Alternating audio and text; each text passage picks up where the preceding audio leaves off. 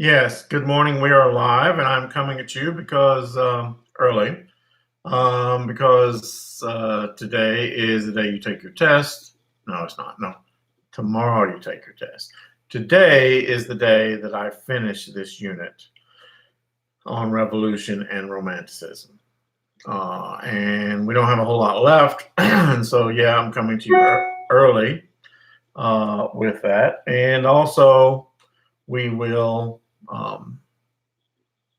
get ready for the next unit. Now, if you've gone to Canvas, hopefully you've noticed the picture of Francisco Goya's Execution of the 3rd of May, another example of romantic art, because this picture, this painting was intended to evoke emotion from you, the viewer. And we'll talk about that in a minute. So yes, we don't have a whole lot left to cover, but yeah, we'll get through this. And then tomorrow you take your test.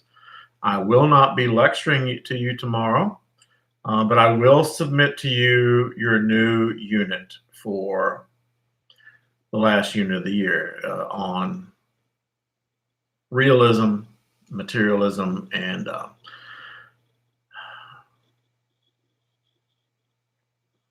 come on, Horton. Impressionism. Sorry. Yeah, Impressionism. We'll talk about that later. I'm not as big a fan of Impressionism. Sorry. It's just, sorry. And so, pull this up. We'll begin with Roman numeral 11. Hopefully you have pulled up your study guide. Roman numeral 11.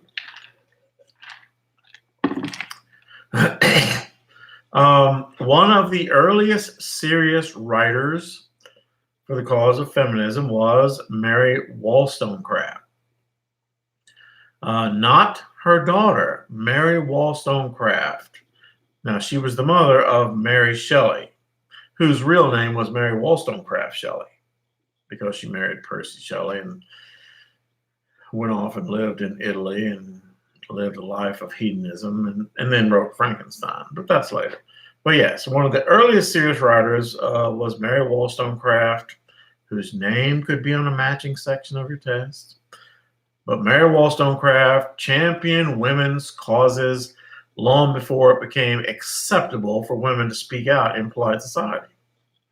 I mean, when Mary Wollstonecraft lived, and she was an English lady of means, even English ladies of means were not expected to say anything.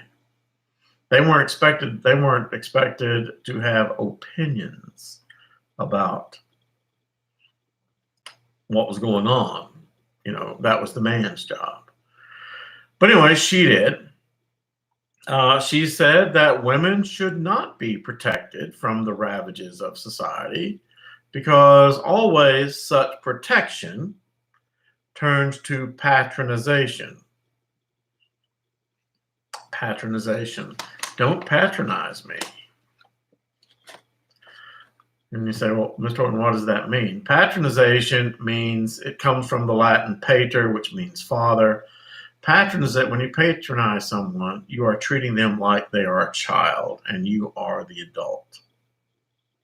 So she's saying that by always protecting women, that you are treating them like a child and you are the adult. And patronization leads to manipulation, meaning they tell you what to do, and also denies women the right of self-expression. These ideas, although a lot of women may have had them, she is the first one to come out and, put them in print, and from an authority. Her most famous work, which is on your test, Vindication of the Rights of Woman. She compared middle-class women to soldiers who received minimal training for what they were supposed to do in life and often suffered greatly because they had no idea.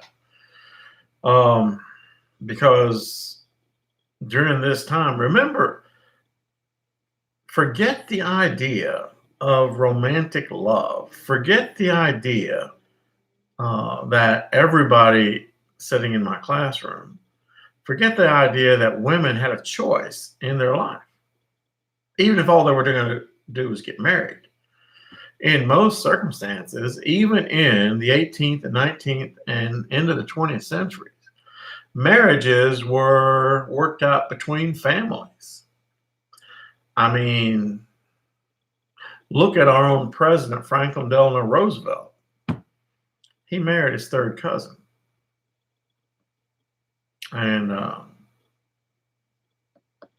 you can say ew, but I don't, and beyond that, to be real honest, if you really study the Roosevelts, I mean, they were a good team as far as what they did in the White House. But to be honest, they had a really Bill Clinton, Hillary Clinton type marriage. They didn't like each other.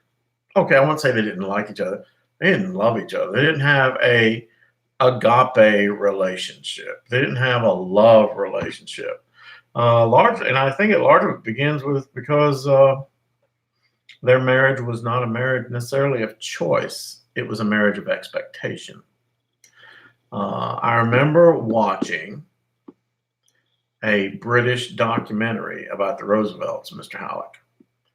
And in this documentary, and it was a British documentary, and it talked about Roosevelt marrying his third cousin, Eleanor. And I remember the British. The British are so blunt. I mean, the British are so blunt. I remember the narrator. I remember exact words he said. And he married his fourth cousin, Eleanor. And it shows a picture of her.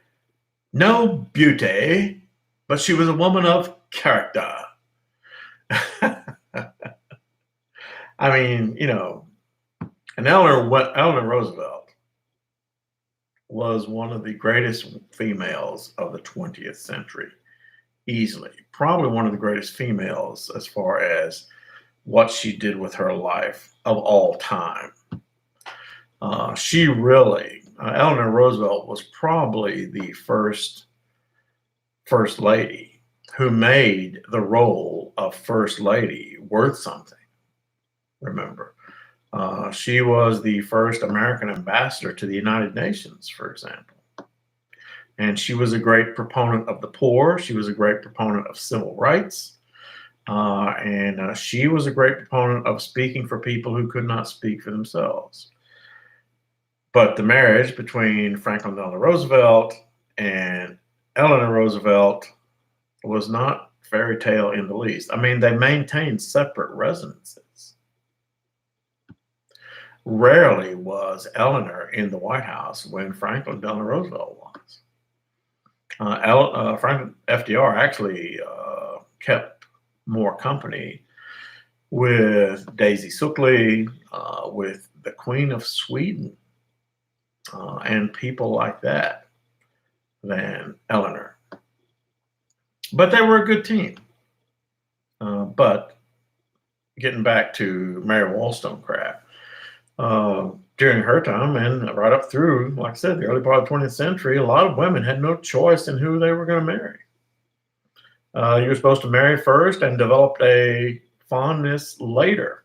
And Mary Wallstonecraft objected to this practice because, a lot of girls during Mary Wollstonecraft's years got married in their teens. And I'm talking about 15, 16. And they married some old guy. Yeah, I know. And they had no training in anything. And I'm not just talking about vocational training. I'm talking about adult training in being an adult. And suddenly they're thrust into this role of being an adult, managing a household, having children. And, that's why, and women did suffer greatly for this. Her demands for women's rights were rebuked by Napoleon. and every other existing government at the time, as no country will allow women to vote until Denmark's going to do it in 1912. And once again, her daughter was Mary Wollstonecraft Shelley. Most people simply call her Mary Shelley to separate her from her mother, and she liked that name. And Mary Shelley, yes, was the author of the book Frankenstein, which is a romantic novel. So now we get to the picture of that you should have in your canvas. The only picture I submitted to you today of Francisco Goya's work, The Executions of the 3rd of May. Before we even talk about that, if you look it up on Wikipedia, Mr. Halleck or Mr. Pugh, this painting was actually the second in a pair. There was the attack of the 2nd of May, followed by the executions of the 3rd of May. There were two paintings that, took months to finish each one, but they were on 2 consecutive days. And what the painting is about, Francisco Goya, first of all, was a Spanish painter who, of course, resided in Spain. And I think the year was like 1808, 1809, 1810. I don't even know. But the situation was, in those years, Napoleon's France and Spain were united. Not as a country, they were allied. Yes, notice I'm doing this. Spain and France were allied, and Napoleon, of course, was running France. Signing an alliance with Napoleon was, my old favorite saying was like having an alligator for a pet. Why don't you keep an alligator for a pet? Answer, because one day the alligator will turn right around and take your arm off. And that was what Napoleon was like. And so Napoleon had signed, and the Spanish had signed this alliance agreement, which Napoleon interpreted, I get to tell you what to do. And Napoleon sent hundreds of thousands of French soldiers into Spain to enforce the will of the Emperor Napoleon. And of course, the Spanish people resisted. And by resisting, I mean they committed acts of terrorism, what we'd call terrorism. In fact, so many Spanish soldiers, now if you know anything about military, particularly occupying armies, and this goes right through. If you ever study World War II, for example, if you have any interest in that, Mr. Pugh, you see, after World War II, there was a significant presence of American soldiers left in Germany for about 16 months. They quickly whittled them down, though. But yeah, for about 16 months. And of course, the soldiers were there occupying Germany, and soldiers do what soldiers do, and that is they get drunk and they chase women. And I remember the United States Army had to put out a regulation forbidding American soldiers from taking advantage of German women by basically trading their these German women were starving, and American soldiers would trade them K rations for sex. And so the point of the matter is, what the French soldiers did in occupying Spain in 1810 was the same. They would solicit Spanish prostitutes. Of course, these French soldiers were not very popular, and it was very, very common method of death. In fact, Napoleon lost 100,000 men in Spain, one of his allies. And it's very, very common for these French soldiers to go and solicit a prostitute, and she would bury a knife in his ribs. And so, yeah, that wasn't happening. And in fact, the French army had to say, we're not doing that anymore. And so the incident of the 2nd of May, which predates the picture you're looking at, shows a bunch of Spanish people ambushing a column of French cavalry. That's not the famous painting. Of course, the famous painting is the one that I showed you, the executions of the 3rd of May.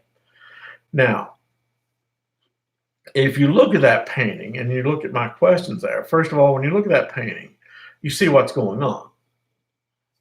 You see a bunch of Spanish peasants lined up, and this is taking place at night to better illuminate what the artist wants you to look at, although I'm sure the incident itself happened during the daytime.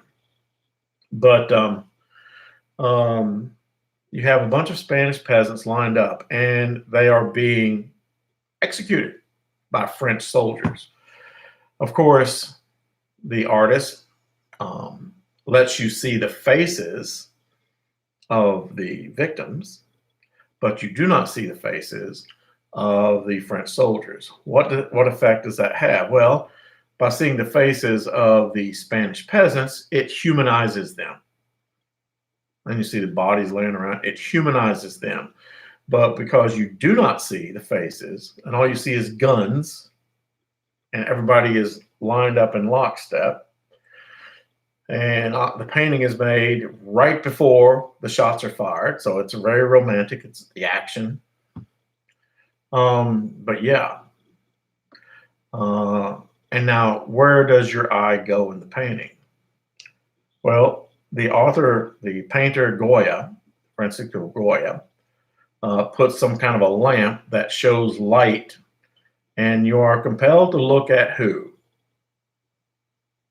Who, Mr. Halleck? Where is your eye drawn? And the answer is the guy in the white shirt, right? Now, Mr. Niehaus, what about the pose of the guy in the white shirt? What pose does he have?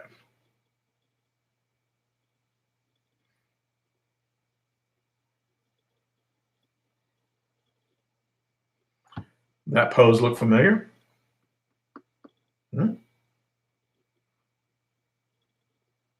Miss Cook? Oh, ever seen that pose before? On a crucifix, for example? Yeah. So what is Goya saying about Spanish peasants? He's saying the same thing that Jacques-Louis David said about Jean-Paul Marat, the death of Jean-Paul Marat. And that was the victim was an innocent. The victim was Christ. Not Christ in the real sense, but Christ in that the victim was innocent. And he was being sacrificed. He had committed no sin, and here he is being sacrificed. And so Goya is making a statement. And see, that's romantic. As it says there, note the central figure with his white shirt, arms held up wide, represents the innocence of Christ. The lantern represents the light of justice being shown upon this. All right, Roman numeral 13.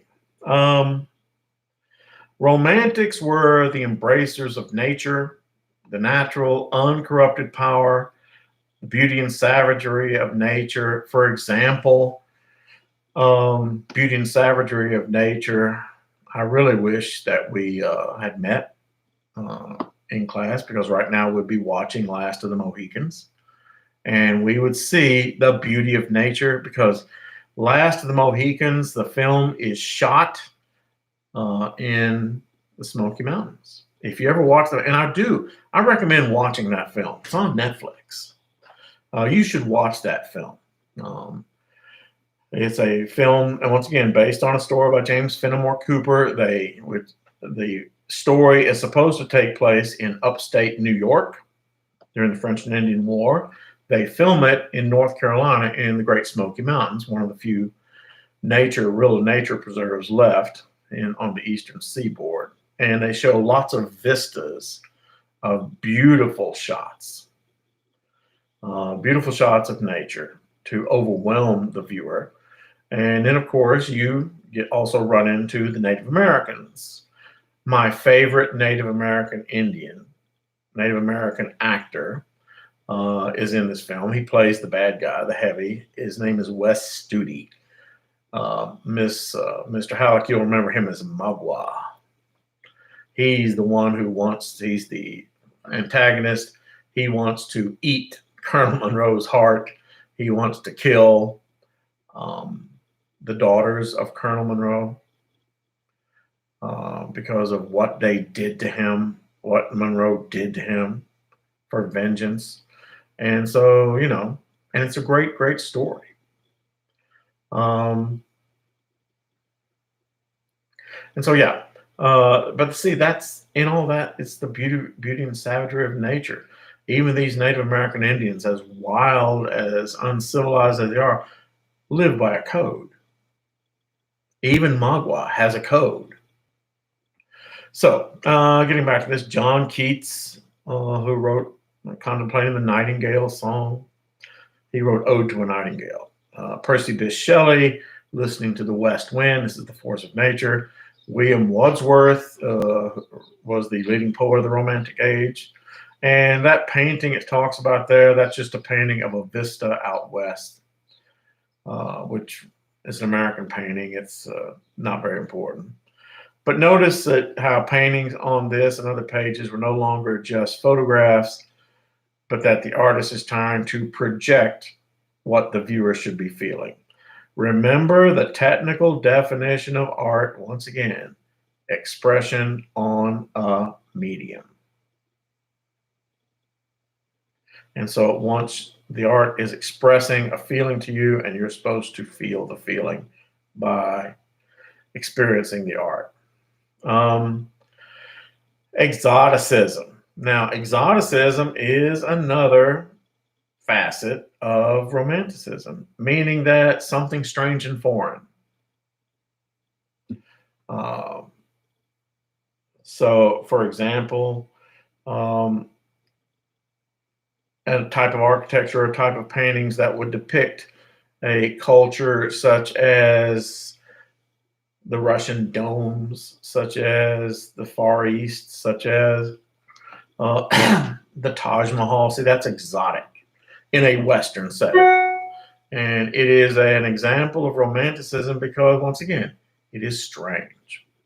Okay. Yes, I'm finishing up now. Is a romantic novel or story always about romance? And the answer is, whoa, no. No. In fact, most true romantic novels are not about huggy kissy. A style of this age was the Gothic novel. Well, that would be included in the Romantics. From the likes of Edgar Allan Poe, who was a true American romantic in his writing as well as his lifestyle. How did Poe live? The man was he was a laudanum addict. And he wrote most of his stuff hammered. Yeah, hammered.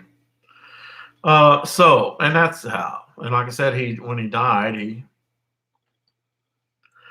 went out on a 3-day bender and passed out in the gutter in a cold October rain. Caught pneumonia, and that was the end of him. So Poe's works, The Pit and Poe. You do know Edgar Allan Poe. His thing was horror, for the most part. Horror, you know. The Raven, The Pit and the Pendulum. Now, these are all macabre, scary stories, at least for the 19th century. Fall of the House of Usher, The Cast of Amontillado. If you've ever seen those terrible movies, you know, I forget what the name, the one where the guy with the dummy with the face, you want to play a game? You know, that one. What's it called? Saw? Yeah, Saw. The series, the Saw film. The Saw film is actually a retelling of The Cast of Amontillado, where the person is placed, tricked into going into a place that's going to end up costing them their lives. Which reminds me of the first American serial killer, H. Holmes. H.H. Holmes. Yeah, that was his name. He built a house in Chicago that was like the Saw house. where the people went in and there were all kind of traps. Now you say, well, how does one build a house like that? I mean, it's really interesting how he did it. He built, this in the 19th century, ironically coinciding with the Chicago World's Fair. And he builds this house. And what he would do, he would hire a builder, show him plans for a part of the house. The builder would start working on it. And then H.H. Holmes would fire him and then hire another guy to continue. And he would fire him. And he would hire another guy. And he would fire him. And so the point was, no one ever really knew. There were no records of, nobody said, well, this guy built. You couldn't, like one builder couldn't just say, man, I just built this house and it had all kind of trap doors in it. It had these places where you could pump poison gas in, and it had all these little tiny rooms and traps and things like that, and so he just kept firing them. And then Chicago Fair, the World's Fair, comes to Chicago when Chicago was full of out-of-towners, no records of these people, and he would. Yeah. Okay, and finally, Roman numeral 16, Mary Shelley wrote Frankenstein. How did she write it? Well, once again, I told you the story before, how her and her husband, Percy, and Lord Byron, who was a bit of a weenie, would drink lots of alcohol and set up they all lived together in Italy because they were wealthy, well off, and would set up there and tell each other ghost stories. And out of those ghost stories was born this idea of creating a human being by using electricity and pieces of cadavers. And yeah, how is the monster romantic? Because that's macabre, that's unnatural, that's scary. Okay, so tomorrow you have your test. There's plenty of time for you to finish that test. Good luck with that. And tomorrow on Canvas, I will be giving you your next unit on Impressionism.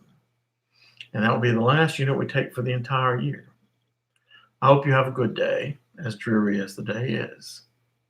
So yeah, goodbye for now. Signing off.